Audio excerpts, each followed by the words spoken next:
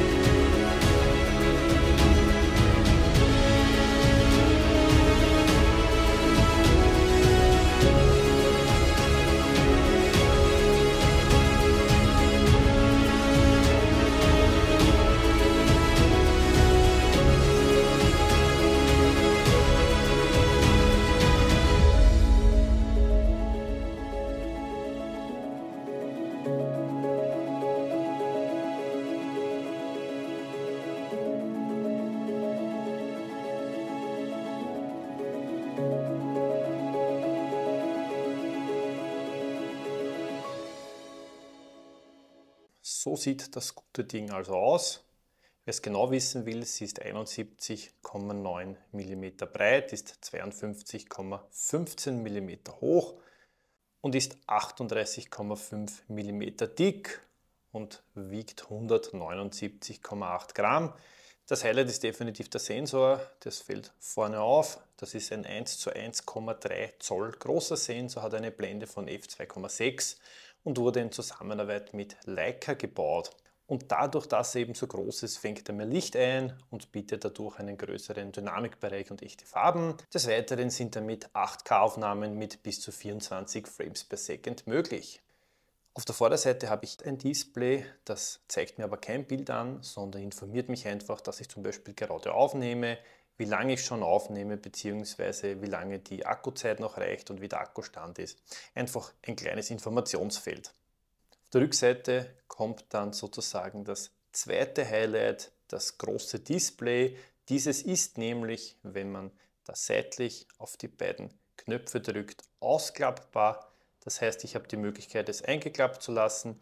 Ich kann es so im 90-Grad-Winkel verwenden, wenn ich zum Beispiel Aufnahmen mache, wenn ich von oben auf das Display schauen möchte. Oder ich habe auch die Möglichkeit, das Ganze umzuklappen, wenn ich mich dann zum Beispiel selbst sehen möchte. Ich habe dann auf der Seite oben den Knopf, um Aufnahmen zu starten bzw. zu beenden und habe hier seitlich den Ein-Aus-Knopf. Des Weiteren habe ich hier ein Fach für USB-C bzw. für die SD-Karte und auf der anderen Seite habe ich dann ebenfalls ein Fach, das geht ein bisschen strenger auf, wo ich den Akku finde. Das Ganze geht aus dem Grund ein bisschen strenger, weil die Kamera bis zu 10 Atmosphären wasserfest ist. Was noch dabei ist, ist so ein kleines Standard-Mount. Da sieht man auch, wie man es anbringen muss. Das funktioniert relativ gut, das ist nämlich magnetisch. Das hält im Prinzip von selbst. Man muss es nur einrasten und kann das dann zum Beispiel auf einen Selfie-Stick anbringen. Das Ganze wird dann eingeschraubt und hält dann perfekt. Und wenn man es dann wechseln möchte, braucht man hier nur zusammendrücken, zack, und man hat die Kamera schon wieder abgenommen. Ich zeige euch jetzt eine kleine Führung durchs Menü. Ich werde jetzt nicht auf jeden einzelnen Punkt eingehen. Ich werde dann im weiteren Verlauf des Videos die wichtigsten Funktionen separat vorstellen. Also, wenn wir von links nach rechts wischen, kommen wir in unsere Galerie, wo wir durch die diversen Aufnahmen blättern können, beziehungsweise können wir die auch so anzeigen lassen. Wenn man möchte, kann man hier mehrere markieren und dann im Anschluss löschen. Wenn man von unten nach oben wischt, hat man weitere Einstellungsmöglichkeiten. Hier kann man die Stabilisierung, das Verhältnis HDR etc. einstellen. Man muss auch dazu sagen, bei HDR kann man nur bis zu 30 Frames per Second auswählen. Das heißt, wenn ich hier zum Beispiel auf 50 Frames per Second gehe, dann wird das ausgegraut. Das geht nicht. Gehe ich wieder zurück zu 30 FPS, dann kann man HDR wieder verwenden. Hier noch eine kurze Auflistung über die diversen Video- und Fotomodi bzw. deren Auflösung. Also im Videomodus habe ich die Möglichkeit zwischen 1080p, 2,7K, 4K und 8K zu wählen. 1080p sogar bis zu 240 FPS, ansonsten in allen anderen Modi 120 FPS, beziehungsweise bei 8K kann ich nur 24 FPS auswählen. Bei Fotos habe ich die Möglichkeit zwischen 12 und 48 Megapixel zu wählen. Wähle ich die 12 Megapixel, habe ich auch den Zweifachzoom. Wenn ich von oben nach unten wische, komme ich zu weiteren Einstellungen wie Quick Capture. Hier kann ich eine Aufnahme machen mit dem Aufnahmeknopf, auch wenn die Kamera ausgeschaltet ist. Diese schaltet sich dann ganz schnell ein und ist innerhalb von 5 Sekunden einsatzbereit. Ich kann die Horizontalsperre einstellen, genauso wie Sprach- und Gestensteuerung. Ich habe die Möglichkeit, die Vorabaufnahme einzuschalten. Hier wird dann 15 Sekunden, bevor ich die Taste drücke, eine Aufnahme schon gemacht. Das macht natürlich dann Sinn, wenn ich zum Beispiel weiß, es wird jetzt gleich was passieren und ich möchte nichts verpassen, dann kann ich diese Funktion wählen. Ich kann die KI-Highlights aktivieren. Hier wird dann sozusagen mein Video analysiert und die Highlights herausgenommen. Helligkeit etc. kann ich mir einstellen, Lautstärke. Ich kann ein Gitter einstellen. Das Ganze sieht dann so aus. Beziehungsweise können wir es wieder ausschalten. Ich habe die Möglichkeit, die Rauschunterdrückung zu aktivieren oder umzustellen. Einen Timer kann ich mir stellen. Ich kann die Bluetooth-Steuerung verwenden. Das bedeutet, ich hätte die Möglichkeit, mit dem Handy über die App die Kamera ein- und auszuschalten bzw. zu aktivieren. Weiters habe ich auch Möglichkeit, Bluetooth-Kopfhörer damit zu verbinden und ich habe noch einmal weitere Einstellungen wie Sprache etc. Wenn ich von rechts nach links wische, bekomme ich auch noch ein paar Einstellmöglichkeiten, wie zum Beispiel kann ich mir ein Farbprofil auswählen. Möchte ich lebendige Farben oder möchte ich einfach nur die Standardfarben wählen? Ich habe auch so Dinge wie zum Beispiel den Lichtwert, die Gesichtserkennung oder natürlich auch den Weißabgleich. Ich habe das alles immer auf Auto gelassen, weil ich halt einfach kein Profi bin und mich darauf verlasse, dass die Kamera das automatisch einstellt. Für die Profis da draußen gibt es natürlich auch den manuellen Modus, aber wie gesagt, ich habe den selbst nie verwendet. Wenn man die Taste links unten klickt, kommt man zu den diversen Aufnahmemodi, Pure Video, Freeframe, Time Shift. Ich kann ja auch das Foto wählen, das normale Video und vieles mehr, beziehungsweise, jetzt ist mir das kurz weggegangen, so beziehungsweise habe ich auch die Möglichkeit, bei den Voreinstellungen dann zum Beispiel das richtige Profil für Surfen, Skifahren, Tauchen oder Vlogging zu verwenden. Mit dem Symbol hier rechts unten kann ich die diversen Ansichten wählen. Action Cam ist sozusagen ja, der Fischaugenmodus, das ist natürlich aus der Ego-Perspektive perfekt. Im Ultra-Modus wird das Ganze oder die Verzerrung ein bisschen reduzierter. Mit DeWarp sieht man dann fast gar keine Verzerrung mehr. Das heißt, wenn man zum Beispiel Vlogging macht, dann ist das optimal. Hier habe ich eine 45%ige Horizontalsperre, das heißt, selbst wenn ich die Kamera neige, bleibt das Bild gerade und mit der 360 Grad Horizontalsperre kann ich sozusagen das Bild komplett umdrehen und die Kamera dreht sich aber nicht und bleibt ebenfalls in dieser Ausrichtung. Eine Sache noch zur Steuerung mit der Ein- und Ausschalttaste, wenn man zum Beispiel nasse Finger hat oder jetzt dann nicht das Touchscreen verwenden kann, dann kann man, wenn man diese drückt, durch die diversen Modi durchblättern. Ich habe hier nur ein paar ausgewählt. Hier oben habe ich die Möglichkeit, dann noch viele weitere hinzuzufügen. Mit einem vollen Akku verspricht der Hersteller 100 Minuten Laufzeit. Das mag jetzt vielleicht nicht nach viel klingen, ist es aber und stimmt auch in etwa. Bei meinem letzten Traillauf habe ich das Ganze ein bisschen beobachtet. Der war 5 Stunden lang und ich habe immer wieder so kleinere Aufnahmen dazwischen gemacht. In Summe waren es dann 30 Minuten, die ich aufgenommen habe und am Schluss hatte ich noch 67% Akku, also von dem her passt das. Und ich muss sagen, was die Akkulaufzeit betrifft, war ich auf jeden Fall positiv überrascht. Einen kleinen Hinweis möchte ich an dieser Stelle schon geben.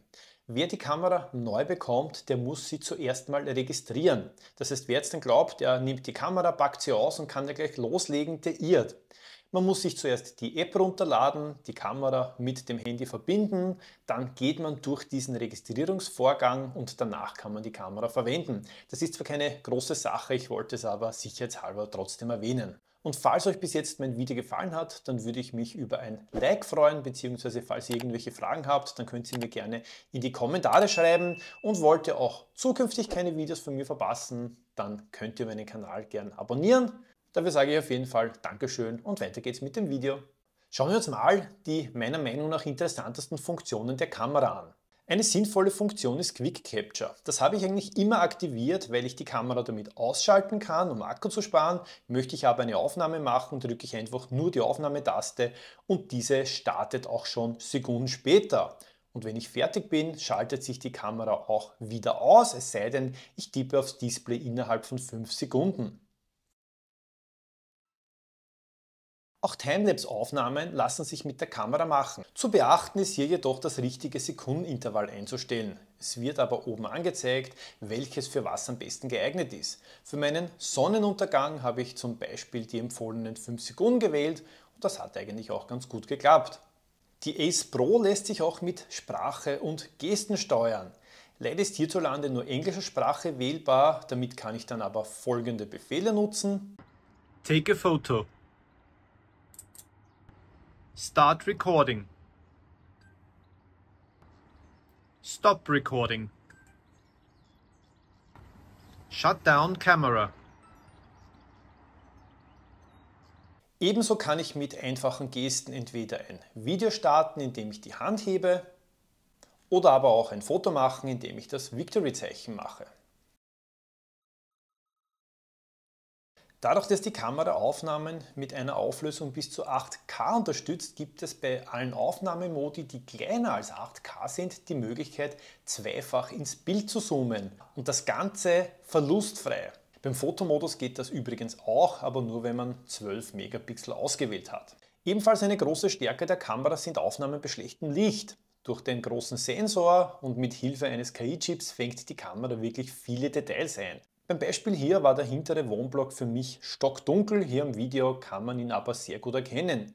Lediglich bei Bewegungen wie bei meinem Gehen kann man ein leichtes Bildzittern erkennen, speziell bei Lichtquellen. Mich persönlich würde das aber nicht stören, da ich 99% meiner Aufnahmen bei hellem Tageslicht mache. Die Timeshift-Funktion ist im Prinzip eine Zeitrafferaufnahme, wo die Kamera nicht stationär irgendwo steht, sondern in Bewegung ist. So kann man zum Beispiel längere Teile einer Autofahrt oder eines Laufes in Sekunden zeigen, ohne unnötig viel Zeit in Anspruch zu nehmen. Wenn du eine Apple Watch oder eine Garmin-Uhr besitzt, hast du auch die Möglichkeit, Daten, die du mit der Uhr aufgezeichnet hast, im Video anzeigen zu lassen. Dafür musst du deinen Apple-Account oder dein Garmin-Konto mit der App verbinden und findest dann bei der Videobearbeitung den Punkt Stats. Dort kannst du dir die Daten aussuchen und siehst diese sozusagen in Echtzeit als Overlay angezeigt. Hier hast du dann noch zusätzlich die Auswahl verschiedener Designs. Pre-Recording ist ebenfalls eine Funktion, die unter gewissen Umständen sehr nützlich sein kann. Dabei nimmt die Kamera immer schon die ersten 15 Sekunden auf, noch bevor ich die Aufnahmetaste drücke. Das macht natürlich dann Sinn, wenn man erwartet, dass gleich etwas passiert, man aber nichts verpassen möchte. Der Freeframe-Video-Modus ist ebenfalls eine tolle Funktion, vor allem wenn man eine Aufnahme für mehrere Plattformen verwenden möchte. In meinem Fall habe ich eine Aufnahme von mir beim Laufen gemacht, bei der ich die Stats-Funktion hergezeigt habe. Hier seht ihr sie in 16:9.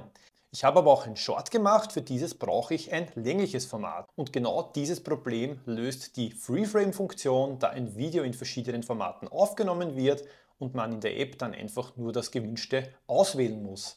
Die Stabilisierung ist das Um und Auf einer Actioncam. Wie gut funktioniert sie nun auf der Ace Pro? Hier die erste Aufnahme ohne Stabilisierung, ja im Prinzip nicht zu verwenden. Jetzt mit der Standardstabilisierung und man kennt sofort einen Unterschied wie Tag und Nacht. Zuletzt noch mit starker Stabilisierung. Ich persönlich muss aber zugeben, dass ich nicht wirklich einen Unterschied ausmachen kann. Was den Ton betrifft, so finde ich diesen eigentlich ganz okay. Hier ein kleines Beispiel, man möge mir bitte mein Schnaufen verzeihen. So, jetzt hört ihr, wie der Ton sozusagen klingt der Kamera. Also ich persönlich finde, er ist okay.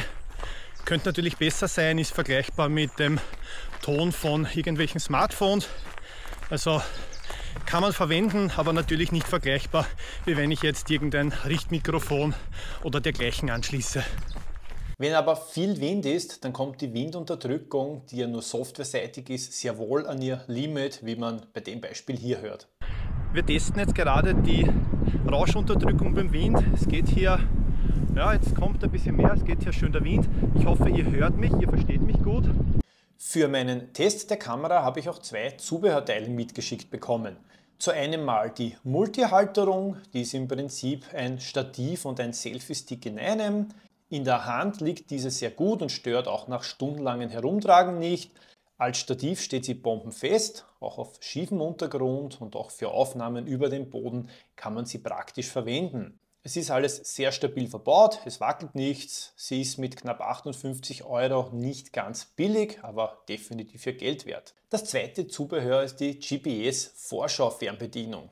Mit dieser kann ich die Kamera steuern und sehe, was gerade gefilmt wird. Praktisch natürlich, wenn ich die Kamera vorne am Fahrrad anbringe und sehen möchte, was die Kamera sieht. Ich wollte das Ganze auch für euch testen, nur leider ist mir vor 2 Wochen mein Fahrrad gestohlen worden. Ich werde das aber eventuell noch nachholen. Da ein GPS-Chip verbaut ist, werden auch Echtzeitdaten wie Geschwindigkeit, Route und Standort erfasst. Diese kann ich mir dann im Video ebenfalls als Overlay anzeigen lassen. Auch eine Hülle inklusive Armband ist dabei, somit lässt sich die Fernbedienung wie eine Uhr tragen.